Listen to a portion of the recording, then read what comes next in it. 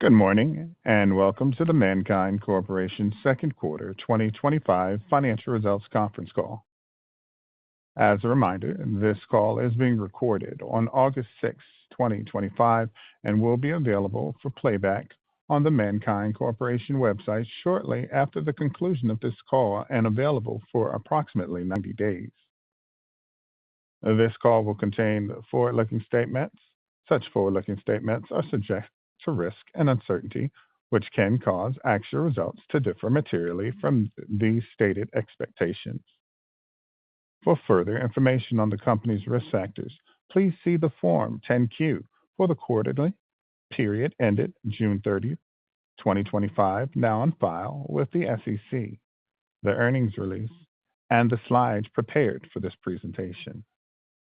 Joining us today for MannKind are Chief Executive Officer Michael Castagna and Chief Financial Officer Chris Prentiss. I would now like to turn the conference over to Mr. Castagna. Please go ahead. Thank you, Operator, and good morning, everybody. Thank you for joining us for our second quarter earnings call. As we look out, we're focused on creating more shareholder value, minimizing dilution, and enhancing our flexibility as we enter the next phase of our growth. The next 6 to 8 quarters are going to showcase our cumulative work over the past 7 years.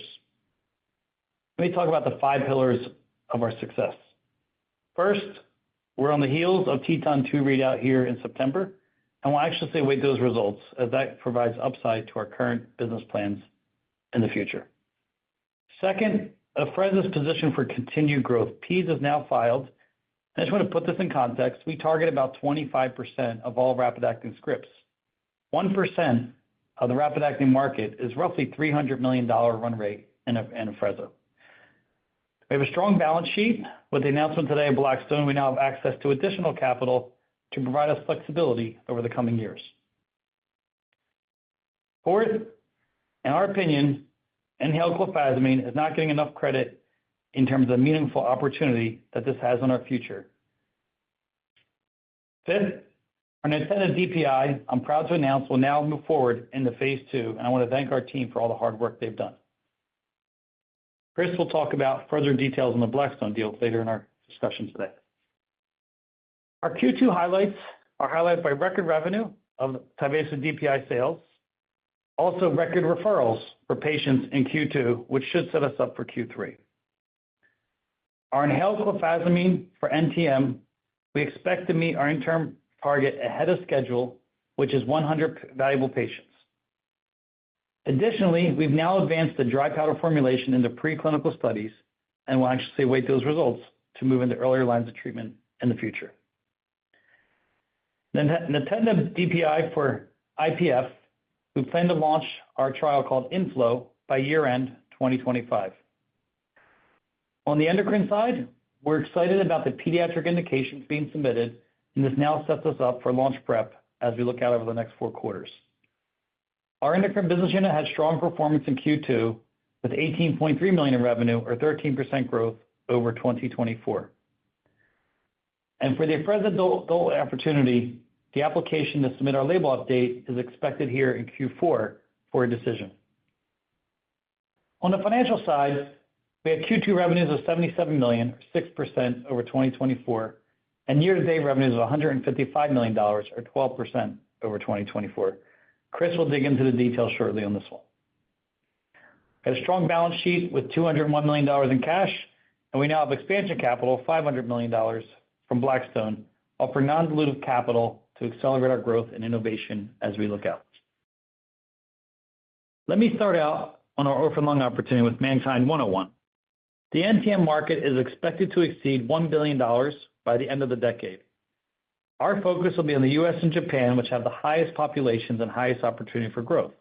It's also the 2 markets that we've seen the highest enrollment rates in our trial. This is a global health concern, but a real issue in these 2 countries.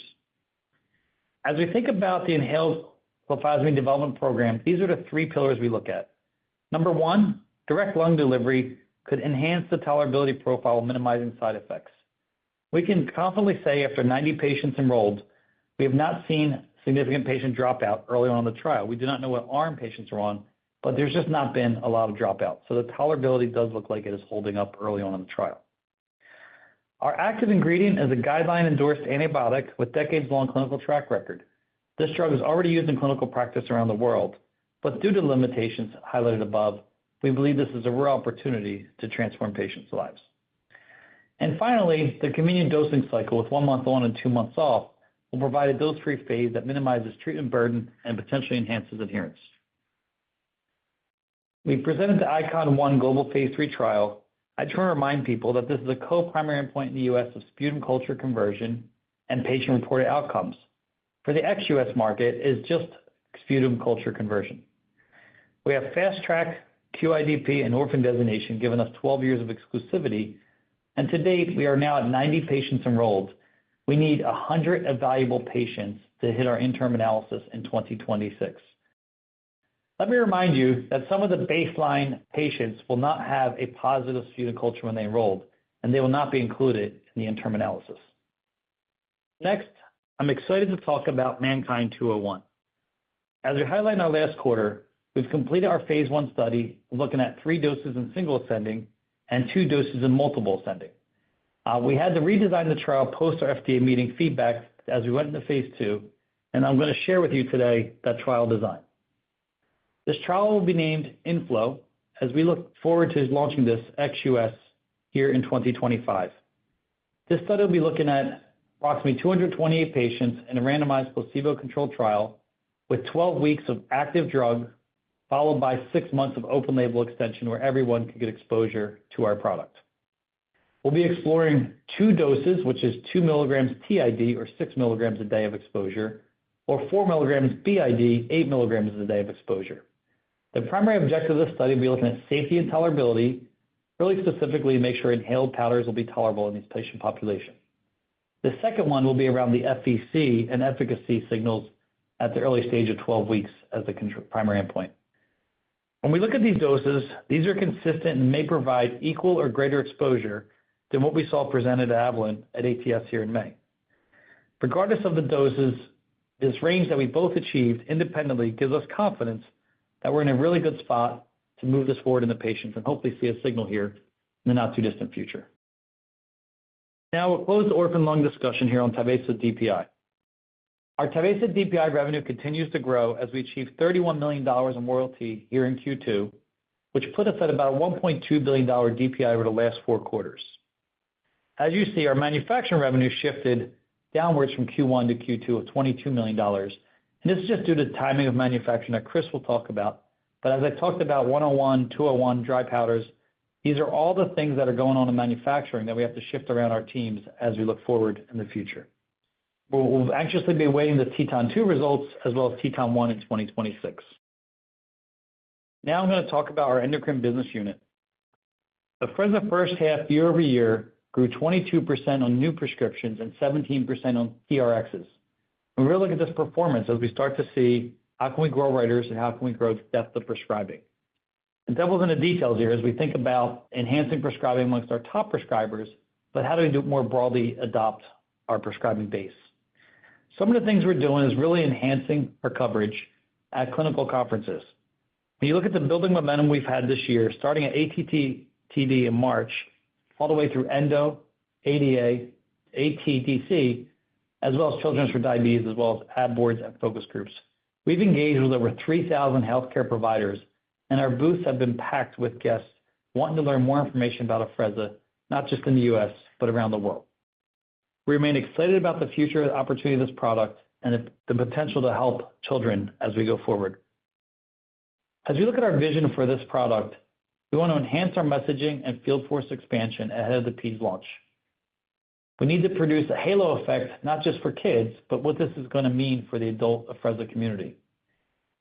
The new campaign you'll start to see roll out later this year will be called Insulin in the Moment. And this really establishes the foundation of the product around speed and control at every moment of a patient's day.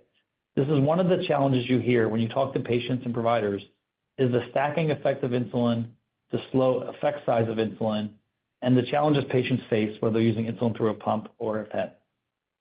We believe launching this new campaign targeting not just healthcare professionals but consumers will resonate and the challenges they face in everyday control of people using insulin.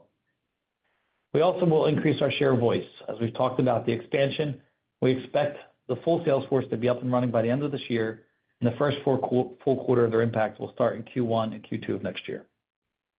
We are deploying medical science liaisons, key account managers, field reimbursement specialists, as well as an additional 20 to 30 sales reps throughout our Afrezza footprint in adults. This new targeting will enhance our coverage of the market to approximately 50% in 2026. Additionally, there is future data coming that will unlock our potential in areas like gestational diabetes, InHale1st being a completely naive patient, newly diagnosed, getting Afrezza within the first 10 days of diagnosis, as well as InHale8X, which is around an exercise study looking at Afrezza in a highly active patient population. These are the next sets of generation data that we expect in 2026 and beyond. Now, I'll turn it over to Chris. Thanks, Mike, and good morning, everyone. Before we get into the details of the quarterly results, I want to highlight our revenue growth over the last 3 years as we compare the trailing 4 quarters on an annual basis. This annual double-digit growth has resulted in total revenues over $300 million for the trailing 4 quarters, and we expect this growth to continue through both our commercial products as well as our revenues earned through our collaboration with United Therapeutics.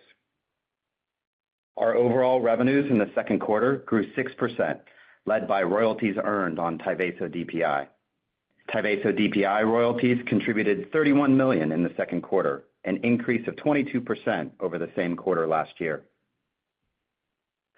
Collaboration and services revenue consists primarily of manufacturing revenue based on production volume sold through to UT and the recognition of deferred revenue. We recorded revenue of $23 million in the second quarter, a 12% decrease from the prior year as a result of the net impact of one-time items in both periods. Afrezza net revenues for the second quarter were $18 million, a 13% increase over the prior year. As Mike discussed earlier, we are encouraged by the recent performance of Afrezza in new and recurring prescriptions over the prior year and expect this trend to continue. V-Go net revenue was approximately $4 million for the second quarter, an 8% decrease from the prior year, driven by lower product demand. As V-Go is not actively promoted, we are pleased with the results of the product thus far this year. As we look ahead to the second half of the year, we anticipate continued growth in our royalty revenue, driven by net sales of Tyvaso DPI. We expect collaboration and services revenue for the second half of 2025 to be in line with the $51 million recorded in the first half of this year. The quarterly results of CNS revenue have fluctuated this year.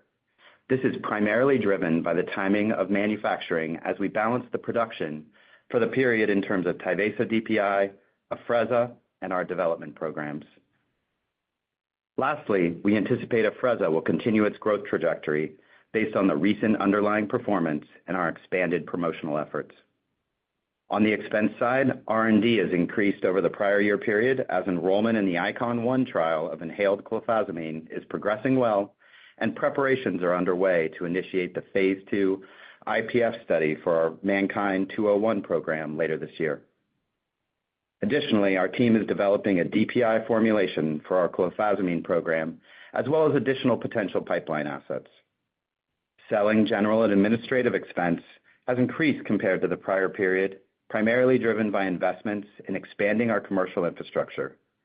As you may recall, we had paused investment in Afrezza at the beginning of 2024 while awaiting pediatric trial data and reduced the sales force.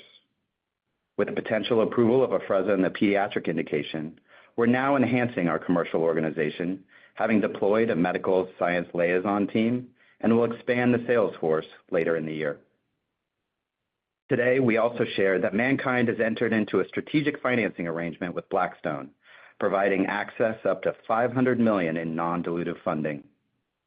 This capital, secured on favorable terms and combined with our quarter-end cash and investments balance of $201 million, reinforces our strong liquidity position and is available to be strategically deployed across our key growth initiatives, including supporting our commercial build-out for the potential pediatric launch of Afrezza, advancing our development pipeline, and allowing us the ability to move quickly on business development opportunities. Mike and I and other members of the management team will represent the company at the Wells Fargo, Cantor, H.C. Wainwright, and Morgan Stanley conferences in September. We look forward to seeing folks there and in other forums this quarter. With that, I will turn the call back over to Mike. Thank you, Chris, and thank you for the team's hard work on the Blackstone deal, which is really going to provide us the capital we need to produce these anticipated catalysts over the coming quarters.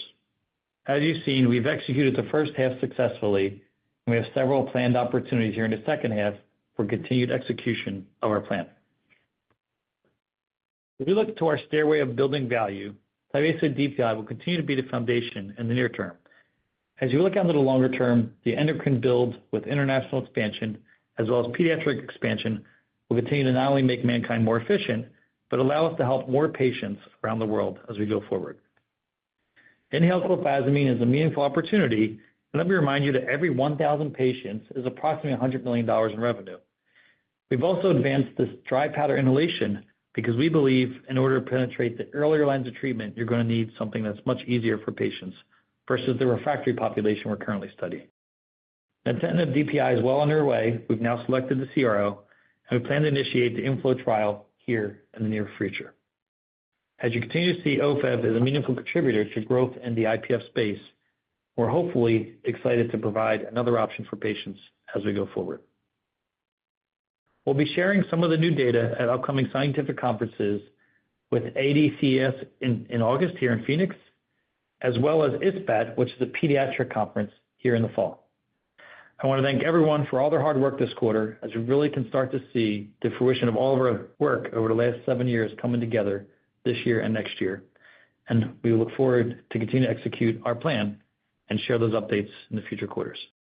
Thank you for your time today, and we'll now open up for questions. Thank you. As a reminder, to ask a question, you will need to press star 11 on your telephone. To remove yourself from the queue, you may press star 11 again. Please stand by while we compile the Q&A roster. Our first question comes from the line of Olivia Brayer of Cantor Fitzgerald. Please go ahead, Olivia. Hey, good morning, guys. Thank you for the question, and congrats on a great deal with Blackstone. Can you maybe walk us through what a best case might look like just in terms of timelines for a potential bridging study in IPF? I think the BREEZE study took 2 to 3 months, and I think with DPI already on the market, maybe there's a much faster timeline to approval than what we saw for PAH. And then have a follow-up on the nintedanib program. Sorry, Olivia, the first one was around what the bridge could look like for Tyvaso DPI and IPF? Yeah, exactly. And just how you're thinking about timeline for it, Mike, just given, I know it'll be a much faster timeline than what we saw with PAH, hopefully no CRLs involved, but just how that could realistically play out, right? If Teton 2 ends up being positive and then Teton 1, when could this ultimately come to market, I guess is what I'm thinking for DPI. Yeah. I mean, it's hard for me to comment on UT's regulatory strategy and clinical strategy here. I think what you could just, as you lay out the data readout that UT's communicated, let's just say it comes out in September and Teton 1 is next year, you got now some time to meet with the FDA and kind of work through what that could look like and potentially get as much work done as you can before your Teton 1 readout, because Teton 1 is really for the U.S. Market per se. So that's our optimism is around, let's get the Teton 2 results, and then hopefully UT will accelerate it, meet with FDA on what that could look like. And I think some of the effect size that you'll see in the trial will drive some of the, I'll say, ideal opportunity here with FDA. But I think it's too soon for us to speculate the clinical strategy there. I don't want to speak for UT. Okay, understood. And then on your nintedanib DPI program, can you maybe just talk about how you're thinking about this drug in context of some of the new updates in that space? Is this basically a replacement to current oral background therapies and then hopefully gets used in combination with newer treatments as they come to market? And then also just a question around whether you guys were able to come to an agreement with FDA around which patients to enroll in that phase 2, around naive patients versus versus patients that are already on background therapy? Yeah, I think that was one of the challenges. You kind of heard me say we had to recreate the trial. When we were looking at the original design, it was really about taking nintedanib patients or patients that failed nintedanib and then enrolling them in this and showing more of a non-inferiority design. I think the FDA was adamant on a placebo-controlled on top of general background therapy design as they've given the feedback to other parties. It just doesn't work when you think about the treatment paradigm in the U.S., the IRB approvals you need. You really just can't do a placebo-blinded trial for 6 months. And so that's what made us pivot the work over the last 3 months and really look at an ex-US market where it does take, call it 3 months to get access to the standards of care. You could run a placebo-controlled trial and get them through the safety and clinical IRBs and protect patients at the end of the day. So we've kind of put all the things the FDA requested into the trial. It's just going to be done more ex-US than US per se. And I think that will give us the data we need to have the conviction we need to move to phase 3. And we even upsized the trial a little bit from where we were thinking just to make sure the results that we do get are a little bit more robust. The next phase will be the phase 3 one. And I think if you look out in the IPF market, we would expect hopefully BI's product to get approved. We'd expect Tyvaso DPI to be out there. And so as we look out over the 2-year window, there could be now 4 drugs for IPF, maybe 5 if Bristol Myers gets there. And then you can see this really being on top of background therapy and designed the way that the FDA expects. As you see those other agents, about 70% of the time, those trials have background therapy on top of, right? And so that's one big area. The second big area is going to be the fact that majority of people cannot tolerate the 2 options that are out there today. And we think there's a lot of patients who either choose to not take current treatment and die because the side effects are so severe. And there's a large population there that we believe an inhaled nintedanib could really help and hopefully buy them the time they need for life. And so that's really where we look at the 2 populations, those that are intolerable to the current agents. And as the market expands with combination treatment, we think there's a huge opportunity there. And as we go to phase 3, that we think those other drugs being on the market will help us execute a better phase 3 trial. Okay, great. Thank you, guys. Appreciate it. Thank you, Olivia. Thank you. Our next question comes from the line of Faisal Khurshid of Leerink Partners. Please go ahead, Faisal. Hey, guys. Thanks for taking the question. I wanted to ask also on 201, can you discuss your sort of level of confidence in using nintedanib DPI on top of background pirfenidone, both from a safety perspective and also the ability to clear difference versus a placebo arm that includes background therapy on an efficacy basis as well? I have Wasim here. Wasim, why don't you comment on the pirfenidone? Yeah. Hey, Wasim, good morning. Hello. Good to hear from you. So the combination currently between oral nintedanib and oral pirfenidone, as you know, it's not happening. The combination of the side effects there. So from our perspective, we're going, as you well know, with inhaled nintedanib, the systemic exposure would be very low. So from a safety perspective, tolerability perspective, obviously we need to do the trial, but the drug-drug interaction there, we expect it to be minimal. As far as efficacy, we do have enough reason to believe that their efficacy of both pirfenidone and nintedanib combined, if they are tolerated, that it will be there. This is our hypothesis. And I would argue the same for the upcoming potential approval of nerandomilast. The combination there, same thing. And the future of IPF treatment, in our opinion, is really combination therapy, which as of now with the 2 currently available therapies, it's not there. And we will be allowing both of those agents in the background treatment in this upcoming phase 2 trial. Yeah, got it. And then what do you need to show to bring that development program into the U.S.? And would that be something that could occur during the course of the phase 2, or would that be just for the phase 3 downstream? I think definitely the phase 3, we feel confident if we get the results here that we need, that this is a U.S. global trial at that point. I think it's a matter of timing. So the trial enrollment could go very quickly, ex-U.S. from currently what we have lined up. And it'd just be a timing issue by the time we get X amount of patients in and go back to the FDA and show them what they want to see, will they allow it? But I think even in the U.S., pirfenidone's not, when you think about it, we can't go on top of nintedanib, and if you're not switching them, they got to have a washout period. It's just a very difficult trial to execute in the U.S., but I don't think it's an FDA issue as much as it's an IRB placebo study. Will investigators even enroll 12 weeks on placebo? And we just think it's going to be a very hard trial to enroll. And by the time you get it through IRBs and approval, you're going to talk minimal patients relative to the expense and time. Wasim, I don't know if you have anything else to add. Okay. So we won't roll out the U.S., but I think our focus is on getting this done as quickly as possible to move the program into phase 3.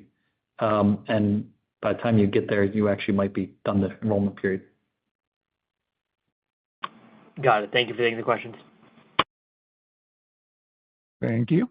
Our next question comes from the line of Andreas Argyrides of Oppenheimer. Please go ahead, Andreas. Yeah, good morning, and thanks for taking our questions. Congrats on all the progress in the quarter. Also on 201, can you talk about what you expect or what you're looking for in terms of a treatment effect from the phase 2, or given also that it's kind of a small, on the smaller side? And then also maybe rationale for, Mike, you already kind of alluded to some of the rationale for going ex-US, but anything also about the patient profiles abroad that makes sense as well? Trying to get a little read through into the Teton 2 study here. And then Chris, for you, maybe just again thinking around the Blackstone deal, the rationale to do a kind of a revolving credit deal versus other traditional finances. Thanks. Sure. I'll start off and I'll ask Wasim to add. I think on the effect size, the main thing we'll be looking at is tolerability and safety, because that's really the Achilles heel of nintedanib. I think when you look at the pivotal trials of that product, you can start to see a response in 12 weeks. And so that's why we made the primary endpoint. We thought, what's a long enough period with placebo that you can safely go and not compromise somebody's journey and ethically enroll a trial? And we felt 12 weeks is appropriate. After 12 weeks, it's an open label extension. So we will have hopefully a good group of patients going on for 6 to 9 months, but it'll be at their option. So I think we'll start to see that effect size hopefully over time, not just at the 12-week mark, but over the patients who continue. And then remember, anyone that's on placebo will have the option of active drug at week 12. And so I think it's really going to give us a nice data set to power a phase 3 trial appropriately. And I think when you look at those effect sizes, obviously they have to be meaningful enough in FVC.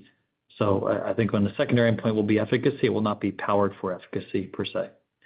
The other key aspect of the trial is really the BID and TID. So as the market does not really know and experts don't know how nintedanib actually has the effect that it does, we don't know if it's a signaling issue, a switch issue, a duration of effect of a binding receptor. And so we're actually experimenting with that in this trial design in terms of TID versus BID. Obviously, when you look at the Avalon data, it could even be QD, but we don't want to wind up with a wonky result and try to stretch PK/PD when it may not be that parameter in terms of what you're looking at from a QD versus BID. So these are insights we'll look, and you might see a difference between those two dosing regimens, and that'll be important for a phase 3 design. Otherwise, we think this will give us enough information to properly design and power a phase 3 trial globally. Wasim, I don't know if you have any. Yeah, to add to that, so that study, as Mike mentioned, 12-week is the double-blind period. However, it's a 9-month study in the sense that when you include the open-label extension. So we will have, and we have 2 active doses versus placebo. So we'll have data on both safety, tolerability, and efficacy for 9 months for most of the patients, and for those who are randomized to active, and even the placebo will have about 6 months data after they transition. As far as treatment effect assumptions, obviously we have our thoughts about the treatment effect, but again, this is first in patients study, so this will be the basis for our assumptions moving forward. We did the healthy volunteers first in humans, last year. So we have those data. And the molecule is not new, right? Nintedanib. So we understand its pharmacokinetics. The inhaler is not new. It's already into approved products, as you know. And the powder that we're using is also not new. It's already an approved product. So we are very comfortable with the delivery, how we're giving it, and the pharmacokinetics and pharmacodynamics are already well understood of this molecule.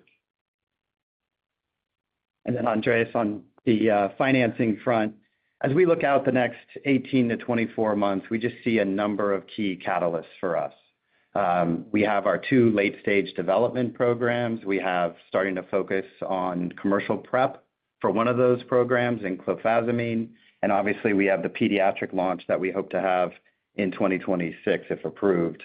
So as we look at all of those, having access to flexible capital at this point in time just makes a lot of sense to have this instrument in place.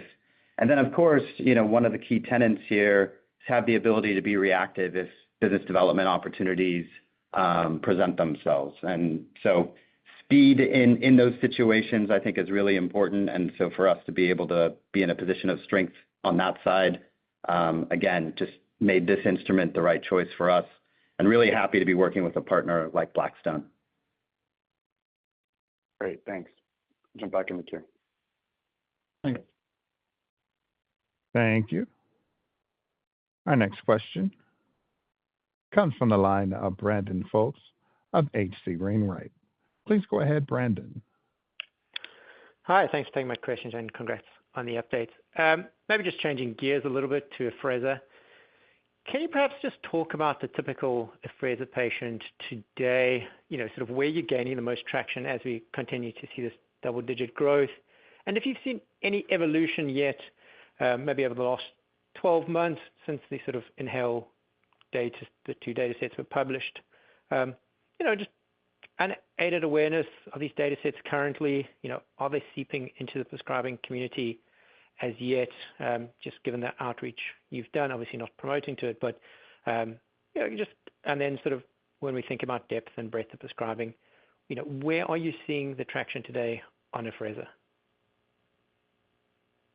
Yeah, I think the first comment I'll make, and Nick is with us, is we just got a database breakdown, and I think you can kind of indirectly see it in the earnings, is that the breakdown of patients is roughly 45% type 1 and 55% type 2. Over the last year or so, we've been pivoting a little bit more to type 1, and we can see 4 and 8 unit strength is growing a little bit faster than the 12 unit over the last year. So I think that would signal our execution against type 1s is growing, and the uptake there is getting a little bit higher. I'll let Nick talk about a little bit more about the depth and breadth and some of the work you're doing. Yeah, thanks, Mike, and I would agree with that. I think what we're seeing overall is increased awareness. We've changed our strategy a bit by adding targets across the field sales force where we're going after unique prescribers.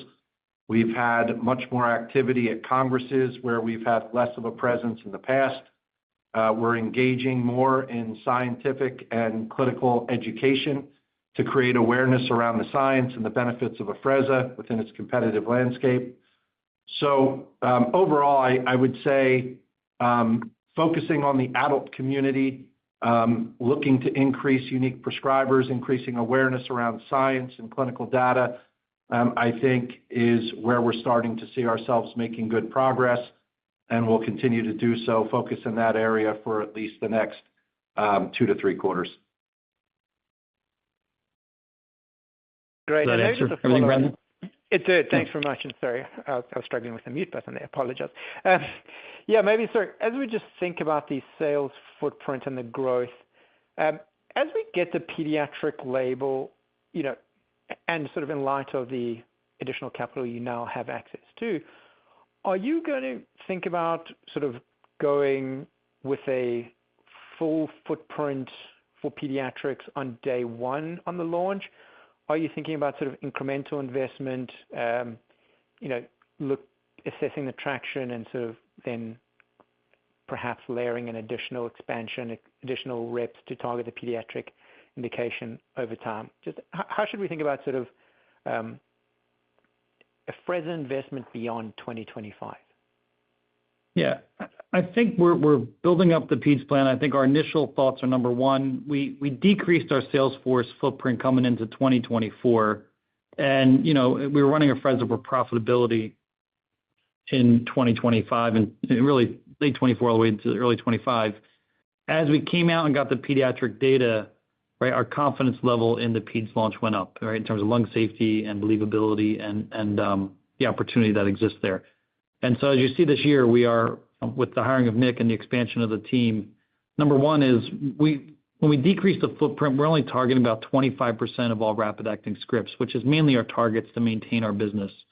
In order to grow, we need to target a larger percentage of the market. The number one thing we hear is doctors do not remember Afrezza. It's not top of mind, and it's true. Our reps are not there every week hitting them like they're getting hit with insulin pumps from one company or another every week. So that's important as we close out this year, and we have a label change coming up in October that we want to get the sales force expansion so that label change can be communicated more widely. The second thing with PEDS is it's a different selling target than our traditional Afrezza use. Most of our Afrezza use comes from private practice doctors who know our data, who have open access, and they listen to the scientific exchange. A lot of the future is in academic centers and children's hospitals where our reps have not traditionally been as strong, nor our selling model.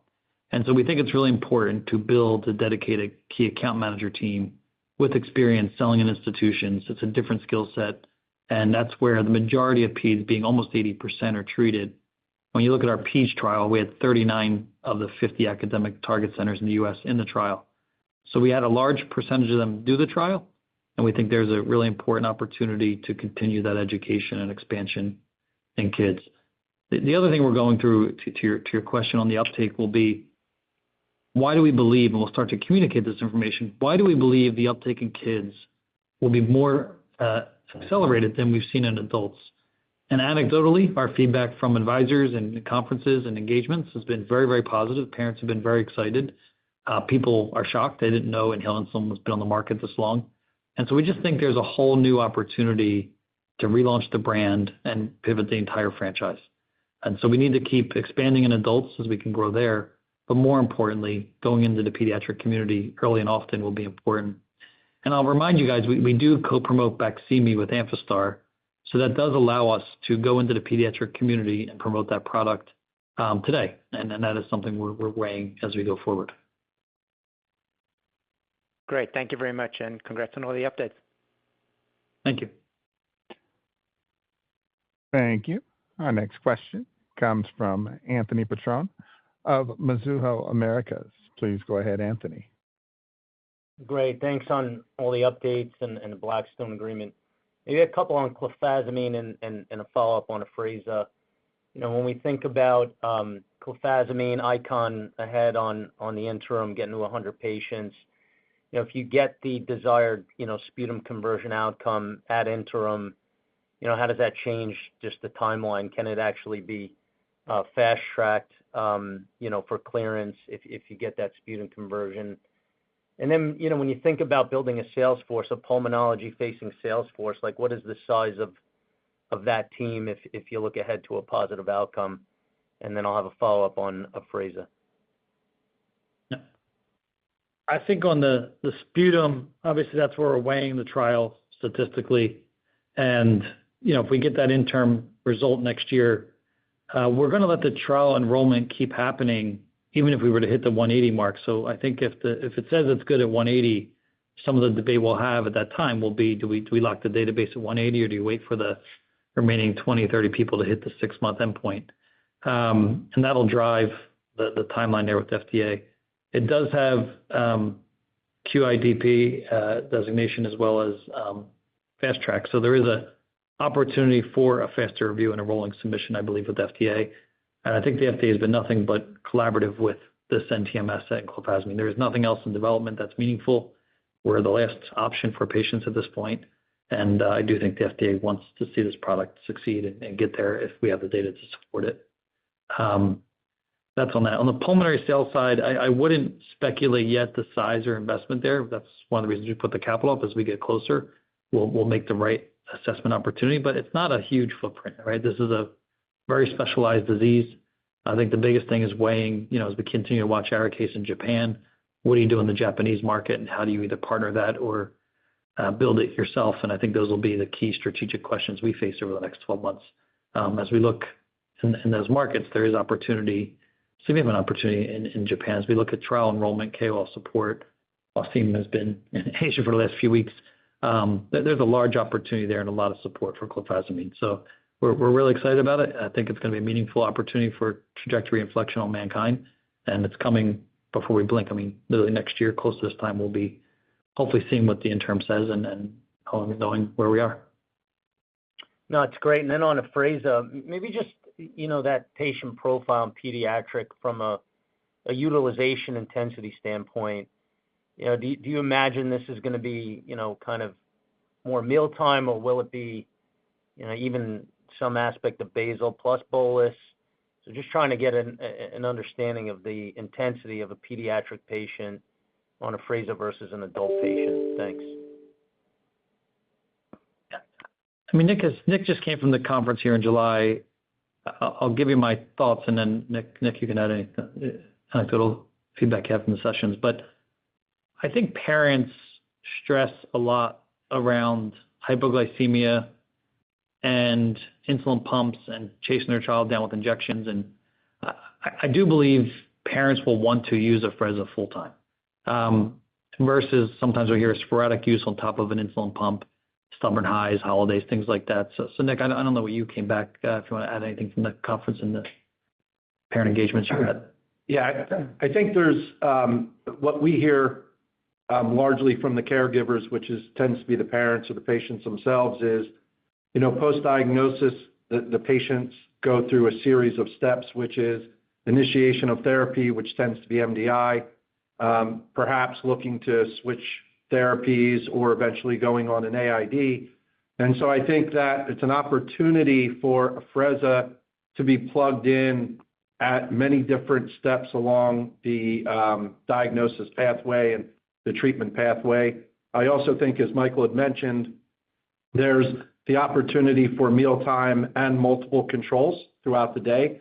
These are younger kids that tend to be active, playing sports, grabbing meals as they go. And so I think the opportunity for pediatrics and adolescents will be slightly different from what we've seen in the adult community. And I think we're making adjustments as to how we fit into that community now. Thank you. Thank you, Anthony. Yeah, we just see kids being so much more active, and that's where inhaled insulin plays a much better role for patients. So. Thank you. Our next question comes from the line of Yun Zhong of Wedbush. Please go ahead, Yun. Hi, good morning. Thank you very much for taking the questions. And the first question on 201 study, I just wanted to confirm that I heard it correct, that you said the placebo-controlled probably treatment period is not powered for efficacy. And is the goal to select one dosing regimen between the TID and BID and move it forward to phase 3, or is it possible that both dosing regimens can move into phase 3? And also, what's the possibility of including active control arm in the phase 3, or any requirement regarding inclusion of an active control arm, please? I think it's a little too soon to speculate the exact phase 3 design, but I think from the interactions we have with the FDA, you can see adding, we have to assume more drugs get approved. And I mean, one of the challenges, nintedanib is the majority of scripts in the U.S., so it's hard to add on top of nintedanib and inhaled nintedanib. So you really you're limited to pirfenidone. So really do hope that there's more drugs approved over the next year and a half, so that when you run this trial, you have background therapy that you can add on top of, in a placebo arm, as the FDA seems insistent on a placebo control here. So it's not an active comparator as much as it's a placebo comparator on top of background therapy. That's our running assumption today. In terms of effect size and power in the trial, and should it be 1 or 2 dosing regimens, I think we have some flexibility here, in terms of, is it 2 milligrams or 4 milligrams twice a day or 3 times a day? I think that's our focus is getting one dose regimen into phase 3. We don't expect to see a significant difference between these two arms, but let's say there is as you look at the subpopulations and patient characteristics, maybe we start to see signals in one or the other, and that would drive a potential dose regimen selection. But we don't expect to go at this point with two different doses in phase 3. We expect to pick one, and we'll look for group analysis and sub-analysis on patient characteristics. Does the BID versus TID show anything different? But our overall assumption is it's probably a BID exposure, and that's our working assumption, but we didn't want to get there and find out maybe TID had a better effect size or better receptor binding that we can't see. So part of this is you're going into a nature that no one else has ventured into in terms of inhaled nintedanib and receptor binding and directly impacting the lungs. So we feel very good about that exposure, but now we just have to understand the signaling that happens in that tissue. I see. And then question on the $500 million loan agreement with Blackstone. Are you able to share under what conditions will you need to draw additional capital, and would that be based on commercial or clinical milestones, please? Thank you very much. No, so it's up to $500 million. We draw $75 million now. We have $125 million that is committed. We, for the most part, have the ability to draw that at our discretion. So there are no specific sales milestones or development-related milestones that would be contingent upon. I think Blackstone just wants to make sure that this is growth capital, and we're putting this forward in a way that makes sense. Great, thank you. Thank you. I would now like to turn the conference back to management for closing remarks. I just want to say thank you to everyone today for listening. We're very excited about where we're going in terms of the late-stage development pipeline is really starting to mature. We've spent a lot of energy and a lot of money over the years to get to this point. We now have the flexible funding that we need to make sure we can grow these assets, invest in these assets, as funding a late-stage phase 3 and a late-stage phase 2 is important to us, and being able to kind of get to the data readouts will only create more value inflection for shareholders and patients. And so we're very excited about those late-stage assets and the opportunity coming at us with PEDS. That's now on file. That clock is ticking, and we'll continue to update you guys on those opportunities. And thank you again for your time, and look forward to follow-up questions and investor meetings in September. This concludes today's conference call. Thank you for participating. You may now disconnect.